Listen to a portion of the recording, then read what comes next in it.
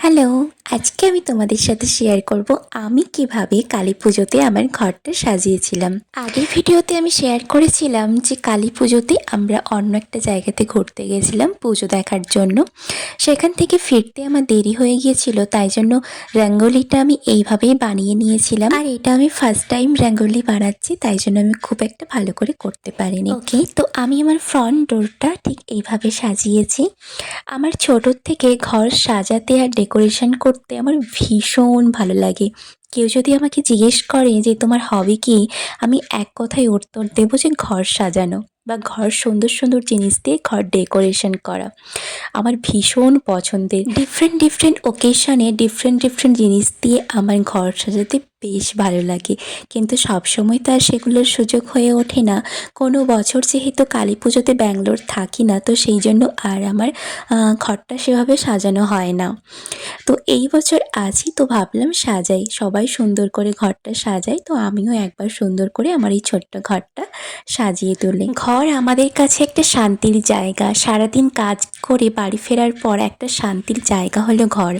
সেটাকে যদি না আমরা সুন্দর করে সাজিয়ে রাখি, একটা মনের শান্তি ঠিকঠাক যেন আসে না। আমার মনে হয় যে একটা সুন্দর করে ঘর সাজিয়ে রাখলে সারাদিন পরে আমরা যখন ঘরে আসবো তখন একটা যেন শান্তি ফিল হয়, একটা ভীষণ একটা পজিটিভিটি পাওয়া যায়, পজিটিভ ভাইবস আসে। তো আমার এইগুলো ভালো লাগে। তবে ব্যালকনিটা আমি প্রদীপ দিয়ে সাজাতে পারিনি, কারণ প্রচণ্ড হাওয়া হচ্ছিল, তাই জন্য প্রত্যেক কটা প্রদীপ নিভে যাচ্ছিল, আমি জ্বালাতেই সুযোগ হয়ে ওঠেনি আমার। তো সেই জন্য ঘরের ভেতরটাই আমি প্রদীপ দিয়ে সাজিয়ে নিয়েছিলাম। তো ব্যালকনিটা সাজাতে পারলে খুব ভালো লাগতো। আমি ট্রাই করেছিলাম, কিন্তু ওই যে প্রচণ্ড হাওয়া হচ্ছিল, তাই জন্য একটাও আমি সাজিয়ে উঠতে পারিনি। আর দিওয়ালি মানেই হচ্ছে আলোর উৎসব, তাই আমরা সবাই নিজের মতো করে বিভিন্নভাবে আমরা আমাদের ঘর সাজিয়ে তুলি, ঘর, মন্দির। তাই আমিও আমার ছোট্ট ঠাকুর ঘরটা একটু সুন্দর করে সাজিয়ে তোলার চেষ্টা করেছিলাম। কালী পুজোর দিনটা খুব যে খারাপ কেটেছি বলবো না, খুবই ভালো কেটেছে। সারা দিন ঘুরেছি, আনন্দ করেছি ফ্রেন্ডদের সাথে, গোটা ঘর সাজিয়েছি, অনেক কিছুই করেছি, কিন্তু কোথাও না কোথাও একটু ফাঁক রয়ে গেছে। আর সেই ফাঁকটা হলো বাড়িতে থাকা। বাড়িতে থেকে সবাই মিলে আনন্দ করা আর সবাই মিলে একসাথে প্যান্ডেল হপিংয়ে যাওয়া, এগুলোর একটা আলাদাই অনুভূতি। আর তোমরা যারা মেদিনীপুরে বাস করো তারা জেনে থাকবে যে তমলুক হলো কালী পুজোর জন্য বিখ্যাত।